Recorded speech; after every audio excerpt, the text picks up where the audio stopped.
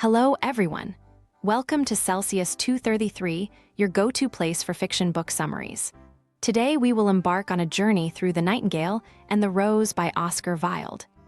Oscar Wilde's short story, The Nightingale and the Rose, published in 1888, is a haunting parable about the nature of love, sacrifice, and human folly.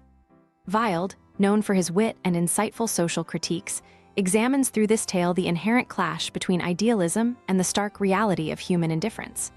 This story forms part of Wilde's collection The Happy Prince and Other Tales, written in a lyrical style that highlights the moral complexities of love and self-sacrifice. Plot summary. In the quiet of a lush garden, a young student sits with his head bowed in sorrow, for he has found himself in the throes of an impossible predicament. He has fallen for the beautiful daughter of his professor, who has promised to dance with him only if he brings her a red rose. Yet as he surveys his garden, his despair deepens, for there is not a single red rose in sight. His heart aches, burdened by the weight of unfulfilled longing, and he is left powerless, without the means to fulfill the one condition that stands between him and the affections of his love. Overcome, he buries his face in his hands, lamenting the cruel twist of fate that has left him without the one thing that could make him happy. Perched on a branch of the holm oak tree, a small nightingale listens to the student's cries. She, unlike the student, knows deeply what love truly means, having sung of it countless times to the stars that glitter in the night sky. Here, at last, she sees the very embodiment of love, fragile and pure, and she resolves to help the student in his quest.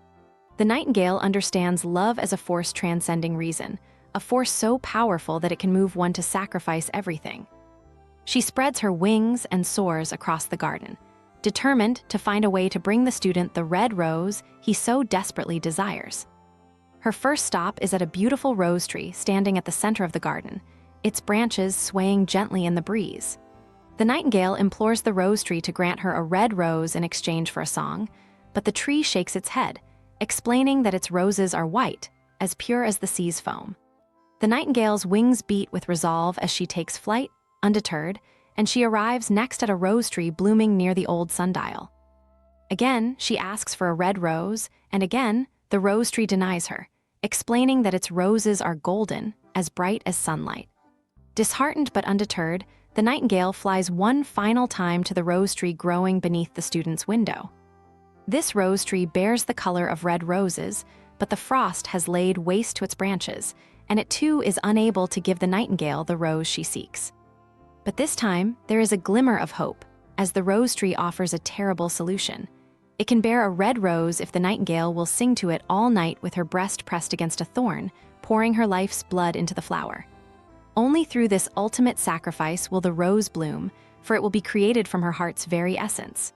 The nightingale hesitates, understanding the price she must pay, but she reflects on the power and purity of love. What is the heart of a bird, she asks herself, compared to the heart of a man? Her choice made, the nightingale prepares to give her life for love's sake. Flying swiftly back to the student, she tells him to be glad, for she will create the rose he needs. But the student, immersed in his books and lacking the heart to understand her words, cannot comprehend the significance of her promise. Even as she speaks to him of love as greater than wisdom and power, he dismisses her as an idle songbird. And so the nightingale, unrecognized and unappreciated, retreats to her task.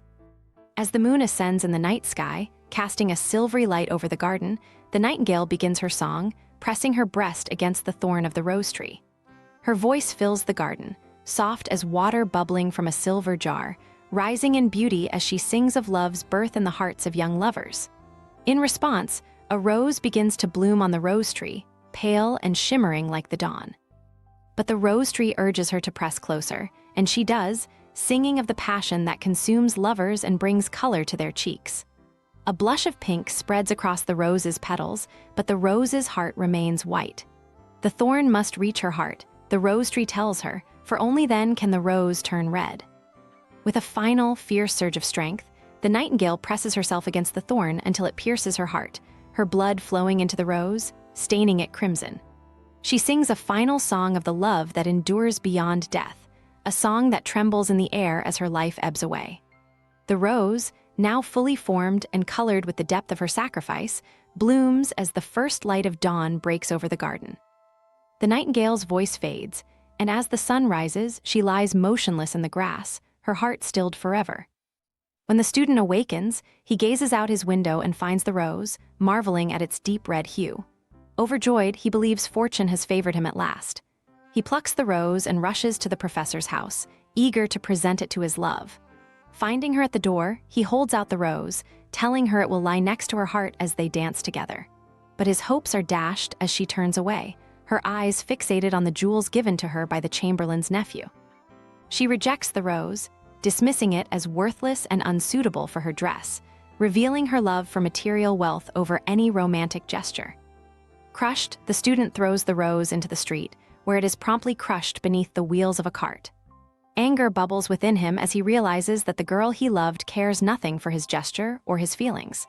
In his bitterness, he denounces love as foolish and impractical, vowing to return to the safety of his books, where reason and philosophy reign supreme. Love, he concludes, is nothing more than a fantasy, unworthy of pursuit. And so the student returns to his solitary studies, unaware of the nightingale's sacrifice or the true depth of the love that she embodied. In her silent grave beneath the rose, her sacrifice goes unremembered, a testament to the fleeting, often unappreciated beauty of selfless love in a world too blinded by its own concerns to recognize it. That's a wrap, but the journey doesn't end. Explore more books by Oscar Wilde. You'll find the details in the description or on Celsius 233. Remember, while our summaries capture the essence, they can never replace the full experience of reading the book. If this summary intrigued you, consider diving into the complete story, buy the book, and immerse yourself in Oscar Wilde's original work. Bye-bye, take care, have fun.